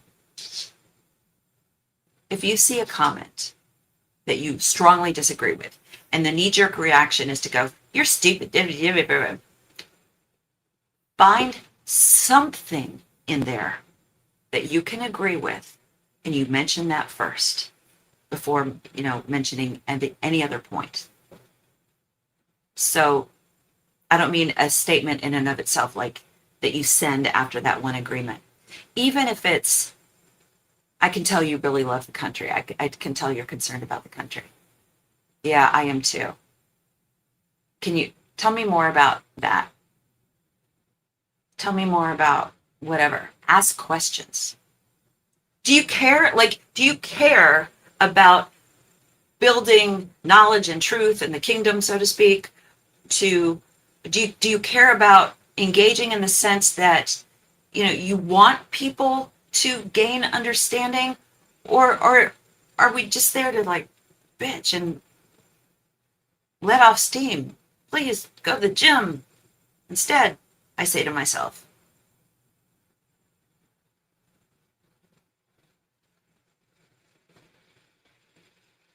Erika says something where she's not wrong when she doesn't use the analogy fully to its fullest extent or make it perfectly clear. But when she says that practicing faith or practicing the discipline to go and set up your table, even though it's spring and summer and people are out of touch, it's a muscle. It's a muscle that you practice and you build. There literally is part of our brain that you build that. It is a discipline. It's a practice. 21 days to make a habit. Just what's it called, Doug? For a new behavior to really take root, somebody has thrown out the 21 day. Yeah. Built the paper around it or something. Yeah. It takes a certain amount of effort for it to become a habit. But there's where it's on autopilot then. Yeah. Yeah, that's it. Where it feels like it's work. Feels like, I don't want to do this. But then it starts to feel like it's off if you don't do it. But asking questions, Ask for their insight on something. I love asking people who are like, he's secured the borders. Tell me more, like, what was your experience before? How were you threatened? Did you have an experience um, where you did somebody take your job? Were you applying? Do you know somebody who took your job that was undocumented? Because from what I understand, they can't do it without the paperwork. If they don't have social security numbers, they can't be hired legally. And then there's a point where it's the employer. I mean, if somebody is hiring people, then that's like them. Because if they weren't doing that, then but what's your experience? When have you, because they're not doing most of the crime in the country. They're not the ones doing it. Undocumented immigrants are not the ones doing most of the crime by far. Because they want to be here, they don't want a lot of attention drawn to themselves. Look into crime stats. You'd be surprised. White men. Yeah. So, ask questions. You saw me on Lionel? I've had Lionel on, and I've been on Lionel. We've done maybe 2 or 3 together. I need your all's help with this because I started to think after our last conversation, after our last show, about the things Charlie knew that Erika lied about. Because I brought up that she'd been lying about her business and how, see, I'm thinking about the anger that it causes me, and it's because seeing injustice toward other people, especially from somebody, a bully pulpit kind of thing. Like that's righteous anger to be. Now rage, no. Big difference between rage and anger. Rage is like out of control emotion. Thank you for the jewels. What? Why are you? I said thank you, and he's like, No, because what? the last comment said thank you, so I thought you were engaged with that comment. I'm sorry. Am I still doing the echo thing? I don't know. I'm used to it now. Okay. Doug realized that he was kind of like Daisy. You know how Daisy for Baron, like she's been interjecting more. It's like a daisy. But I bet she doesn't, sit in front of Baron and like wave when he's in the middle of a thought.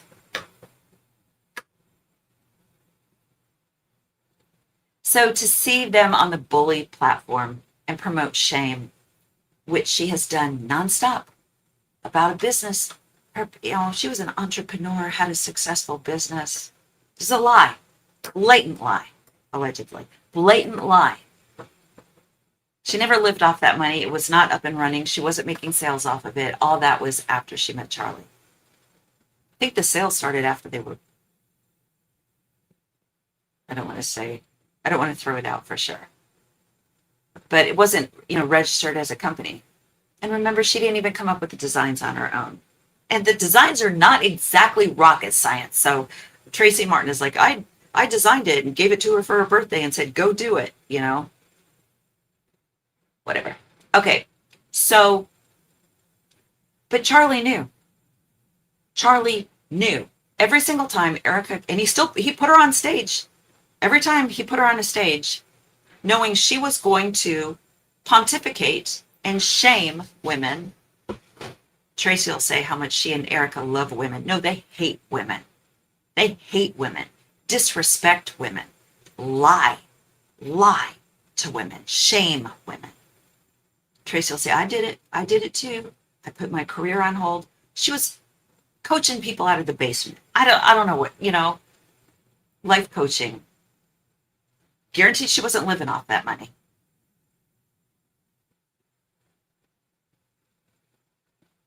But Charlie knew when he put her on stage. Repeatedly. He knew she was lying. He knew she was lying. What else did she say do actively that he knew she was lying? Specifically, I'm asking for your help of what are things she said or did publicly that he knew was a lie? Because I put these into categories. Like, I think there are things that he was deceived about, like her level of education, what degrees she had, whether she was summa or magna cum laude, how many years basketball she played. I think those are things that, I could have lied, I didn't, but, I could see where, when you meet somebody, you exaggerate things. I'm not saying you should, and I didn't do that. But I'm just saying that I could see why Charlie wouldn't look into that. Now, considering the platform he had and the mission he built and the trajectory he was on, I don't know why his friends didn't. Let's say he was a little wrapped up in his hormones. Why wouldn't his friends do a deep dive? I just saw a movie where a woman quickly meets a guy and they're kind of flirty, and the friend is in the background who walks up to him when the girl who's interested walks away, and she goes, I'm going to be checking out your socials. I'm going to be looking at your social media. Well, first she's like, been married before? Yes. Kids? Yes. Whatever, I'm going to be looking at your socials. Why? They didn't think about doing that at all? Really? So maybe he didn't pick it up, but nobody did? Those aren't hard things to figure out. What, babe?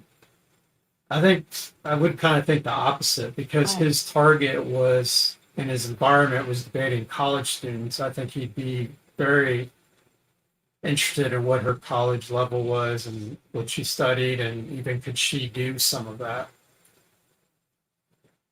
All she had to do is smile, probably brush up against him. He was a virgin. She was well experienced. She's very touchy. And I would bet the farm on her being, that she studied up for that Bob Burgers meeting. Shelbit says so in that one podcast. We talked about the language just says so much. We talked about everything Charlie Kirk would want to talk about. Not that what he would want to talk about. Like, I knew what we would like, not that he would want to talk about, but Charlie, like, he's this entity, a target. It really came off that way. But then there's been questions about the timeline of when they've met, because Tyler Bowerson or what it said something about them meeting up before Bob's Burgers, and they went to a gym, a fancy gym together. So there's confusion over that. So he, however, would repeatedly tell the Bob Burgers story.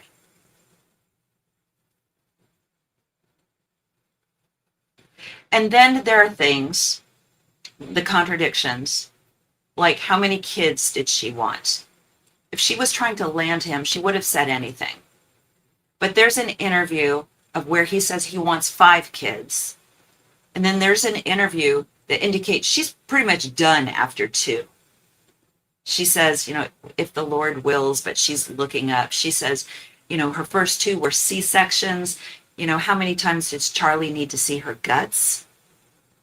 Well, somebody commented, because I did a video on that there's a screen that goes up. Like, he doesn't see her guts. So really, she's kind of saying she doesn't want anybody to see her guts. It just plays into the whole vanity kind of thing. So the blatant lie that he endorsed and helped promote was the business. Because it fed the narrative, right, of women need to give up whatever to serve their husbands and their families. So is there another one that is just a obvious lie. All right, what did Hustle Bustle say? Because Julie's saying, I fear you are right. I'm very concerned.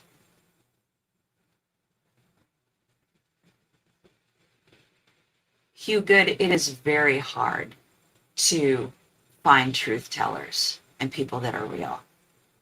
People that are real.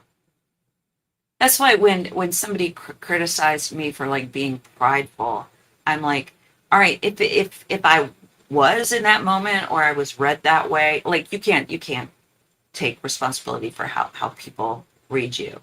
It's not my intent. It wasn't what I was going for. But whatever I was in that moment was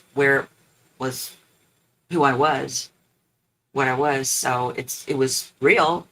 Um, um, Uh, Hustle what? Bustle said Trump's going to destroy disabled and people on Medicare next year. They will Oh yeah. not be able to buy meds. Yeah, and Mike Johnson is on a call saying that they're going after Social Security. Look it up.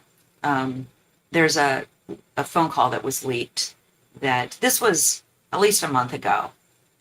That everything he said he wouldn't touch, anything they said they wouldn't do. I mean, they're killing. They'll kill our children, our sons, our daughters, our spouses, ourselves, um, for whatever. We're disposable. You know, the four servicemen, he didn't want to be listed as war casualties because they were killed during the quote unquote ceasefire, which never happened, by the way. Never happened. Anytime Israel's been involved, never a ceasefire. Never. He just wiped them away. He doesn't care. Does not care. Um, so okay, now, Joseph, when she said she drank, I didn't take her to say that she never drank. She said, I don't drink. So technically, like in a court of law situation, like she didn't lie. She said, I don't drink. I do not drink. She didn't say, I never drank. I've never had a drink. Usually the people who never have will say, like, I never have, never, like, Have a drop. yeah, I think Nick Fuentes, I heard him, that interview with Hunter Biden and Nick Fuentes is really interesting. But he's like, yeah, I've never had a drop. I've never done a drug. And he said because of the addiction issues that are in his family. Okay, here's a tangent. So Hunter, you know, the most infamous recovering addict, and you talk about being real, you can't shame him. It's they showed pictures of his private on in Congress, and you know the most horrible, his the depths of his deepest despair has been on blast for the world to see. So my God, people like that are beautiful. Oh, they're just beautiful because they're not trying to woo you, they're not trying to impress you. So he's having an interview with, or he and Nick Fuentes are having a conversation moderated by the Channel 5 guy. And it's a great conversation. And what I wish that Hunter would have like latched onto a little more was when Nick shared about not drinking because of the addiction issues in his family. It would have like it's so if you've had that in your family, it's just a core that like you can relate and connect on so much. It's also a way, like it's one of those causes that can bring together people from all more than just either side of the aisle. You know, if you're fighting a disease, if you are championing a cause, you know, like the country has never been more united than on 9/12, right? So 9/11? the day after. Oh, okay. But 9/12, what was Charlie Kirk's thing there? This has nothing to do with Charlie. I know, but now that she's... Yeah, now she says 9/10. Okay. It was post 9/10. You might be here, you might be at this turning point thing post 9/10. I'm like, bitch, shut up. So 9/10 is the new 9/11. Is that what we're post 9/10? And she's like going full butch, full butch. Post 9/10. She couldn't even like look at it. She's just such a freaking idiot. Um,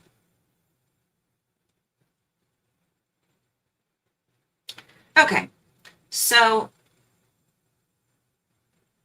you guys it's fascinating the conversations that you have that have nothing to do with what I'm talking about. That sounds funny. You guys do you. I know you can multitask. You're high IQ people. I know. So my question though was the blatant lie that he promoted, okay, that he was actively participating in was the one about her business.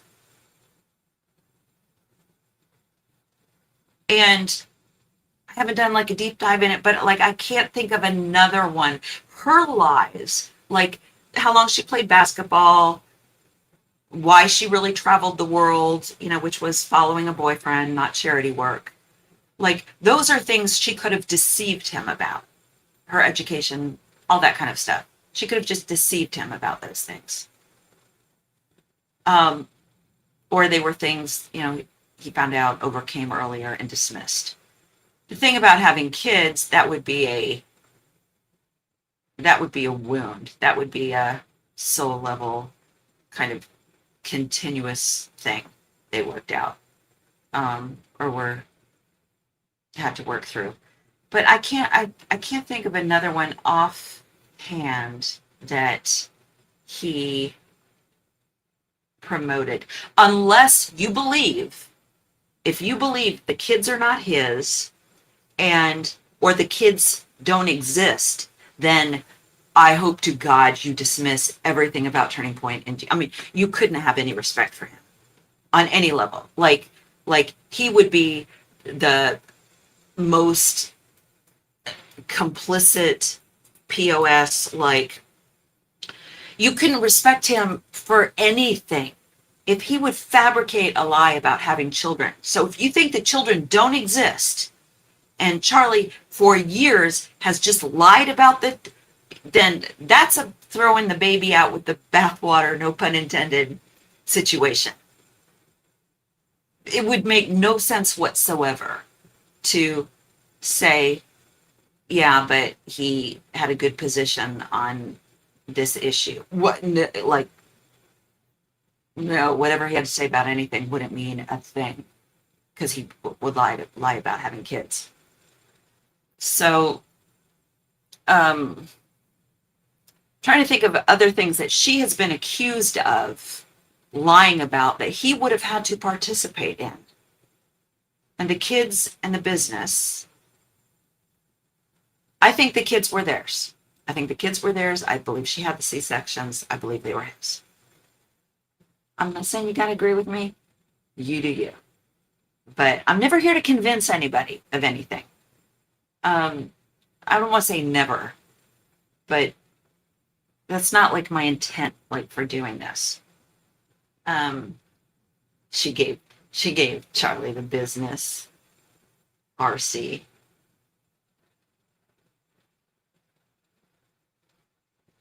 You saw me in Hawk and yelled, "I know who that is," to my girlfriend, then explained the entire CK rabbit hole. Okay, wait. Don't go anywhere. Okay, I love you guys. I need you to not comment as much right now, because I need to know how long this person has been involved with this girlfriend, but has not gone down. They don't know about the CK rabbit hole. That could be entrapment, my friend. How long have you been involved with this person and they don't know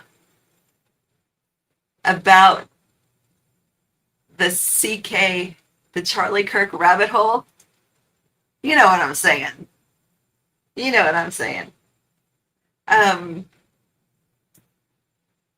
All right, so I'm keeping an eye out. Doug, you're going to have to help keep an eye out for me. All right, I'm going to look at you guys because he was okay with her working if the children were older and in school. Oh, she just answered. What? Crawling's 9055. Oh, I've tested the waters early on, and she is on board with us 3 months together. Okay. Yeah. Boy, on the dating sites now, if anybody, I understand that's a way to like meet people, but I would be putting out what, not necessarily who'd you vote for, but you know, I'd throw some political subjects out there for sure. For sure. Hi, honeybees. All right, I'm focusing on you guys now for just a few minutes.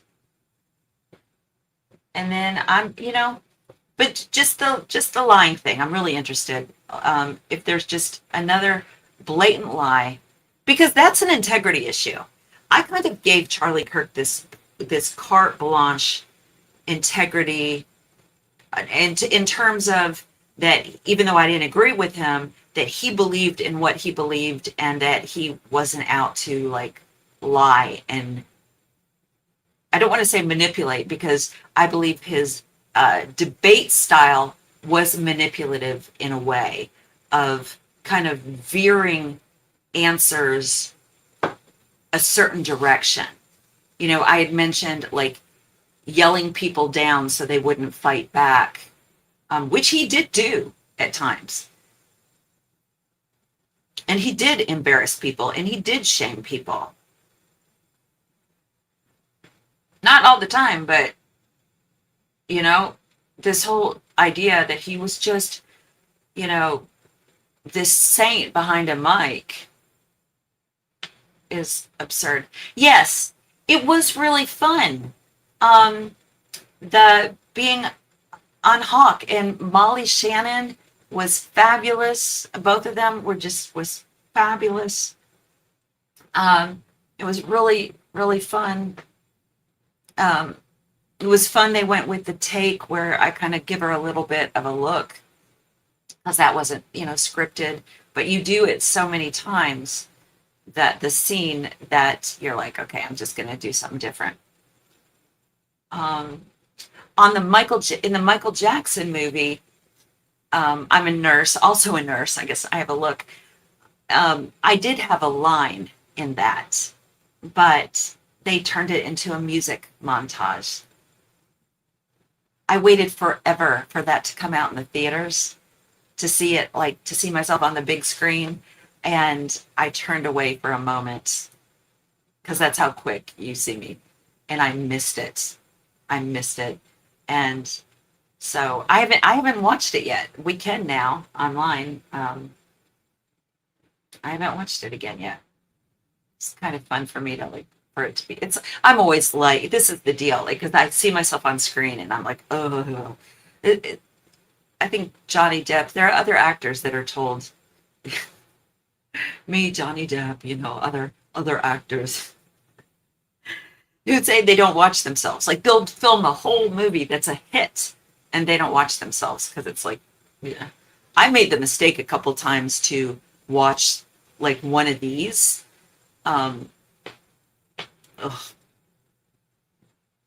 You yelled. Somebody said, I yelled in the theaters when I saw you in the Michael movie. I have heard people say that they'll go, that's feckety, or what the feckety. Molly Shannon is genuinely a kind person. She follows me on Instagram, and she's like, you know, I can't do politics because of what she does. By the way, after doing this, like when I started doing this, you won't see me in stuff anymore. You will not. Like this was like, I was working on a movie. Well, if you see me in something, if you see me in something, it was filmed a year ago. Because there is a movie coming out with Pablo, what's his name? Baby? Pablo, you know, he's done Star Wars stuff. And It's not Pablo. No, okay, so the guy that was in the not the Walking Dead movie, but with the younger girl, and he has to take her through. Yeah. That's not Pablo. Oh, um,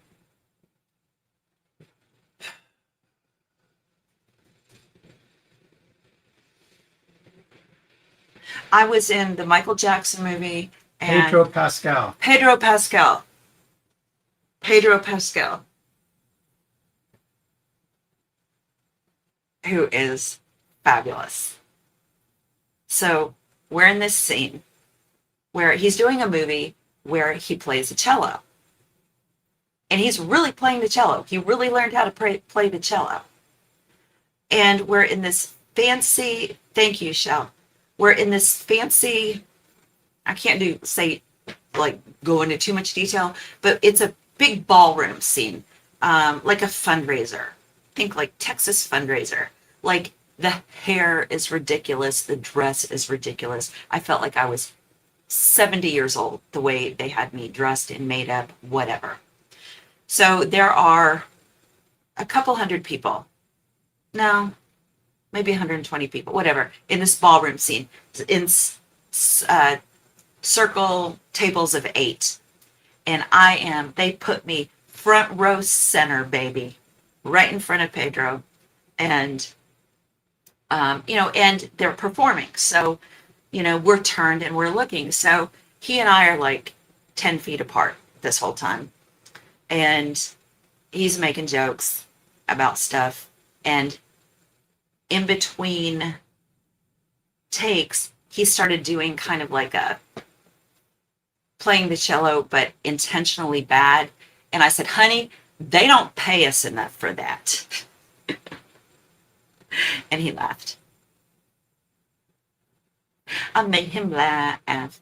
He thinks I'm funny. Pedro thinks I'm funny. He wants to hug me. It's funny because it was a bigger scene, and they, when the scene was over, I don't know that it was his security but a big guy kind of like ushered him out quickly. Otherwise, because actors who are really nice will, like I saw Timothy Chalamet get in this situation at a question and answer thing after that Marty whatever movie, where he was taking, anyway, it was this question and answer thing by a host, and then sometimes they'll stay a few minutes to take pictures with people, but he got onslaughted, and there was this onslaught of people. And they're really nice. So they're not going to say like, I gotta go. But there are people eventually that'll step in, because otherwise, and they don't want you to be the jerk too. It's not great branding. But he genuinely was awesome. But he got like a third of the way because the scene was wrapped. We were kind of gathering stuff. But then I saw him like look back and like, see ya. And now his best friend is Sarah Paulson. Yeah. And her wife and I are connected on Instagram. And I want to be like, tell Pedro I said hi. Tell Pedro I said hi. Anyway, he's awesome though. He's really just a really great guy. You can tell. No, I was calm. He didn't have to say, girl, be calm. He didn't have to. I'm cool. I'm hip. I'm happening. I would have learned to play cello.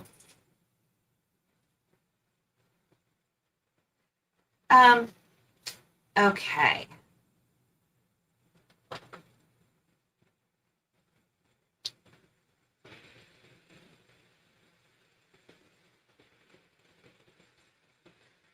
So funny. I personally, the Hawk show, as fabulous as Molly Shannon is, and she was awesome in her role, did not love the series. Did not love the series. Just for the record,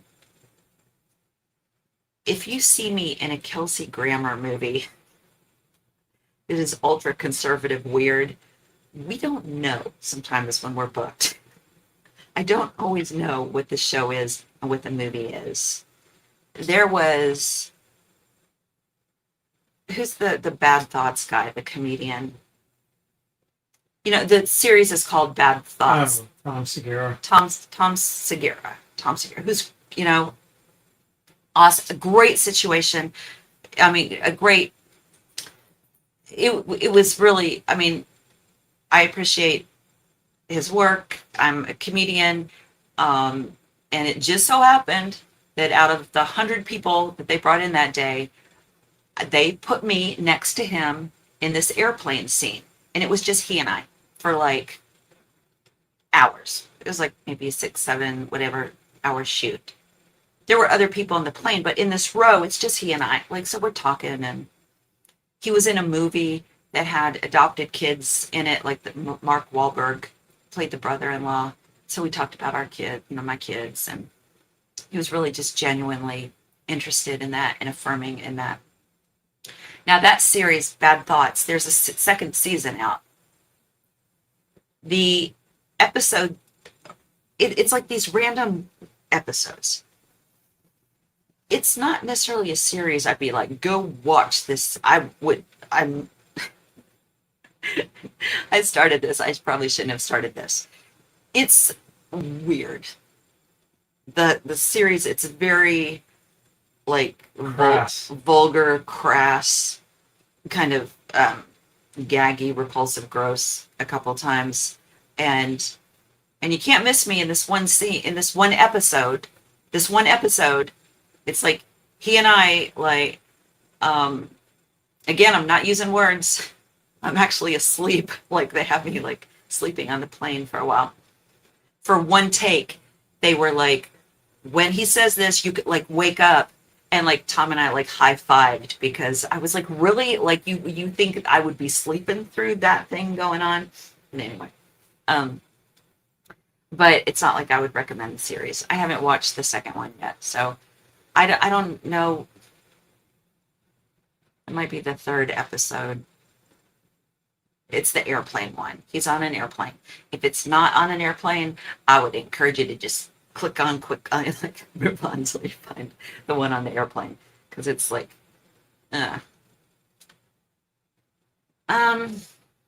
okay, you guys, we've reached that point.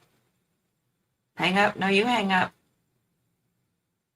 I'm still having eye issues, and I put on the teeniest amount of mascara. The teeniest amount. I don't have any foundation on. Don't ask me what lipstick this is. I merged like 3 of them. Barely like any shadow, but just a teeny touch of mascara, and my eyes are already like feeling that acting up stuff. So we might just be bare bones in it from now on, because until we figure out if it's just the grass allergy season or whatever. Yes, we do have to be careful with antidepressants. They are overly prescribed. They also save a lot of lives. No, this is not new makeup. Whatever's going on, not a makeup situation. ThinkHappyStuff.com. Please check it out. Your purchase helps keep us going. ThinkHappyStuff.com. Thank you for bearing with.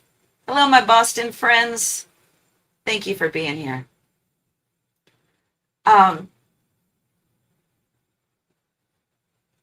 Thank you for pushing through the sound issues. Is it still sounding the same? Like from that, we're just so used to it now? Yeah. I love you guys. Seriously, you stuck out. You stuck with us. You stuck it out. Stuck with us as we're figuring this out. As we're figuring all of this out. I'm never going to even appear, nor attempt to appear like I know what all is going on in this crazy world of ours, because it's just nuts. It is just nuts. But I love the format. of what Baron does. Well, specifically, we talk about Baron. You know, like we're figuring this out together. We're crowdsourcing. We're figuring it out together. You guys are amazing. No, Kim, you don't love me more. I love you more.